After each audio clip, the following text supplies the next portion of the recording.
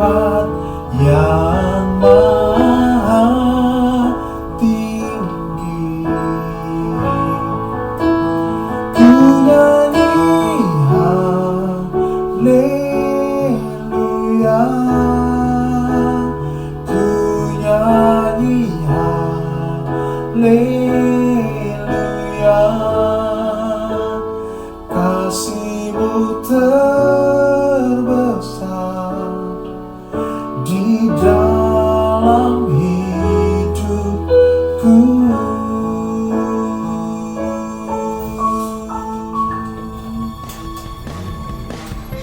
Lagu ini saya ciptakan sebagai bentuk cinta kasih saya kepada Kristus oleh karena pengorbanannya di kayu salib menjadikan kita ada sebagaimana kita ada sampai saat hari ini. Wow, ini sebuah kasih yang luar biasa yang Tuhan tunjukkan buat setiap pribadi yang berharga di mata Tuhan.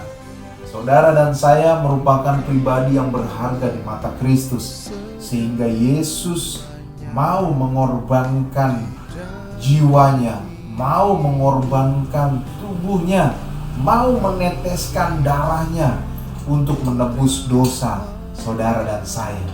Wow, ini sebuah berkat yang tidak ternilai. Oleh sebab itu, dengan apa kita dapat membalas kasih Tuhan selain daripada mengasihi Dia dengan sepenuh hati, bahkan mengasihi sesama manusia.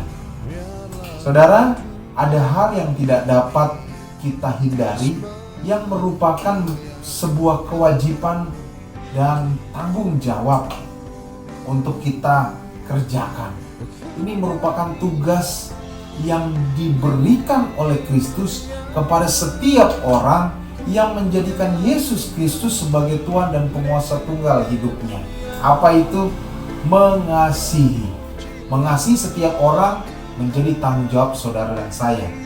Namun ternyata tidak hanya sampai kepada mengasihi, tetapi ada hal yang tidak dapat kita pungkiri, bahwa setiap orang yang meneladani gaya hidup Kristus, ia harus mampu mengampuni setiap orang yang bersalah kepadanya, mengampuni setiap orang yang mengecewakan hidupnya, mengampuni setiap orang yang menyakiti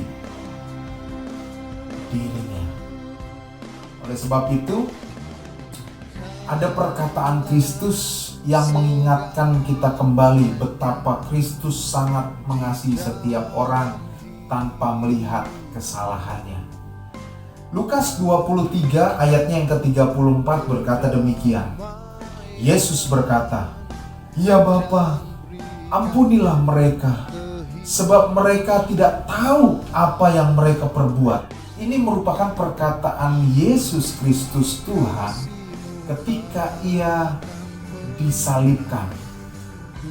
Ia berkata, "Bapa, ampunilah mereka, sebab mereka tidak tahu apa yang mereka perbuat." Wow, ini sebuah kasih yang luar biasa. Ini sebuah kasih yang dahsyat. Mengapa saya katakan kasih yang luar biasa dan dahsyat? Sekalipun Yesus disakiti tanpa ada kesalahan, Ia masih tetap sanggup mengampuni orang itu. Bagaimana dengan saudara dan saya?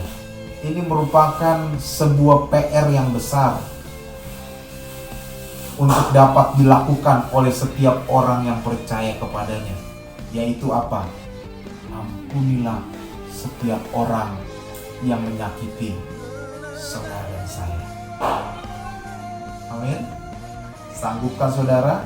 Rasa-rasanya jika kita mengandalkan kedagingan, ini merupakan hal yang tidak dapat kita lakukan.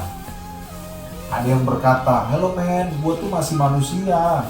Gue masih menginjakan kaki di bumi. Gue bukan malaikat. Gue bukan dewa. Gue bukan Tuhan." Yang ketika ada orang yang menyakiti kita, yang ketika ada orang yang mempermalukan saya, terus saya bisa mengampuni kesalahannya. kalau kita mengandalkan kekuatan kita, kalau kita mengandalkan pikiran kita, yakinlah saudara dan saya tidak akan mungkin sanggup melakukan hal itu. Tetapi waktu kita menyadari bahwa bukan kita yang hidup, melainkan Kristus yang hidup di dalam kita, yakinlah apapun kesalahan orang kepada setiap kita, apapun yang telah dilakukan orang kepada kita sehingga membuat kita merasa tersakiti, yakinlah kita pasti dimampukan untuk dapat mengampuni setiap orang yang bersalah kepada kita. Katakan amin. Haleluya. Itulah hal yang dapat kita pelajari dari pribadi Yesus. Itulah yang dapat kita teladani dari pribadi Kristus. Ia tidak pernah merasa sakit hati walaupun tersakiti. Ia tidak pernah merasa dendam walaupun ia dikecewakan. Ia tidak merasa benci sekalipun ada yang mempermalukannya. Inilah hal yang harus kita praktekkan, dan mulai saat ini lakukanlah seperti yang Yesus lakukan. Selamat menjalankan tugas dan kewajiban yang telah dipercayakan Yesus Kristus Tuhan kepada setiap kita. God bless you.